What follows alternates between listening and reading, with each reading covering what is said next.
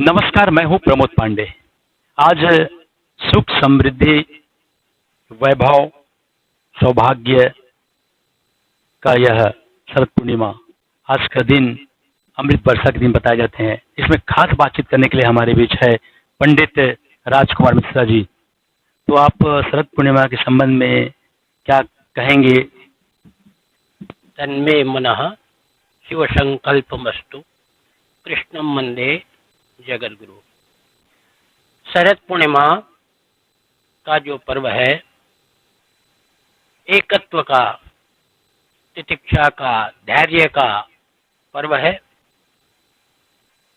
चतुर्वर्ण के सभी नर नारी युवा वृद्ध पुष्टि, ज्ञान, समृद्धि, सुख को प्राप्त करें, इसी उद्देश्य को लेकर के भगवान बाल योगेश्वर श्री कृष्णचंद्र जी ने शरद पूर्णिमा में महारास का आयोजन किया। बालक, वृद्ध, युवा, नर नारी, गोपी, गोपिका सभी ने मिल करके रास माने खास भगवान श्री कृष्ण की वाणी को सुन करके दिव्य ज्ञान को प्राप्त किए और सदाचारी बन करके सनातन धर्म की ध्वजा को शीर्ष तक पहुंचाए। और बाल योगेश्वर श्री कृष्णचंद्र जी की बताई हुई गीता का ज्ञान, महाराज का ज्ञान से हमें समत्व की शिक्षा मिलती है। शरद पूर्णिमा ऐसे तो शांति का पर्व है, सुख का पर्व है, सौभाग्य का पर्व है। तो शांति कब मिलती है? जब हम प्रिय से हमारा मिलन होता है, तब हमें आत्म शांति की प्राप्ति होती है। और जब हमारा मन तृप्त हो जाता है वाणी से, भोग से, तो परम सुख की प्राप्ति होती है। और जब हम चारों पदार्थ को प्राप्त कर लेते हैं तो हमें परम सौभाग्यशाली लोग कहते हैं। ये देन है चतुर पुरुषार्थ देने वाले भगवान श्री कृष्णचंद्र जी का। इसीलिए इस पर्व को हम सब हर्षोल्लास के साथ इस महापर्व में मनाते हैं।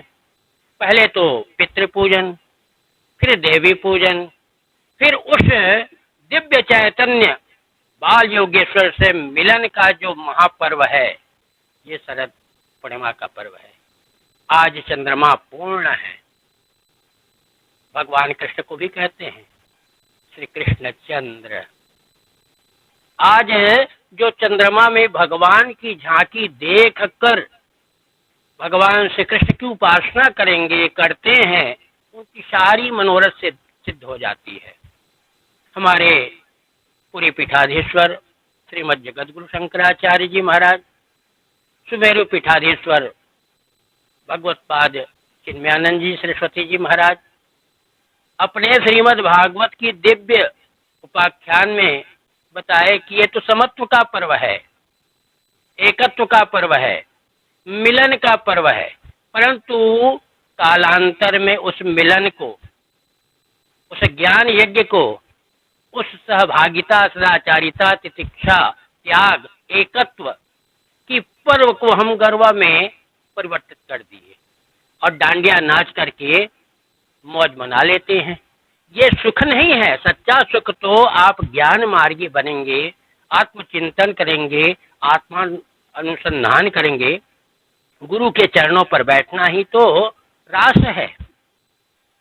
यही इस शरद पूर्णिमा पर्व का खास बात है। अच्छा, ये रात्रि को अमृत की वर्षा होते हैं, ये इसमें क्या कहना चाहेंगे?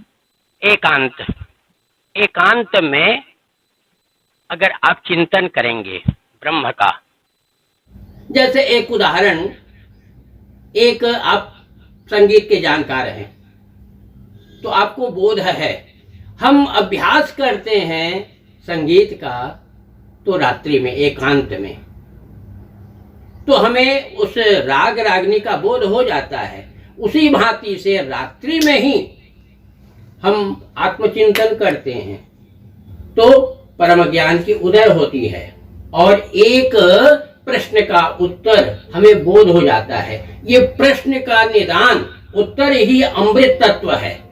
और जब तक के व्यक्ति विवेक और ज्ञान को प्राप्त नहीं कर सकता, अमृत तत्व को जान ही नहीं सकता। अर्थात स्वाध्याय से लक्ष्य की प्राप्ति और लक्ष्य की प्राप्ति से अर्थ की प्राप्ति और अर्थ से सुख की प्राप्ति और सुख ही अमृत तत्व है, सुख ही लक्ष्य की प्राप्ति है।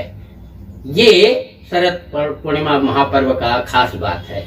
रात्रि में भक्तजन जो कि प्रसाद में खीर वगैरह को ऊपर में टांग रखे रहते हैं जिसमें अमृत की वर्षा हो, ये कहाँ तक सत्य है? ये हमारे पूर्वजों ने जो व्यवस्था दी, रात्रि में अमृत की वर्षा होती है।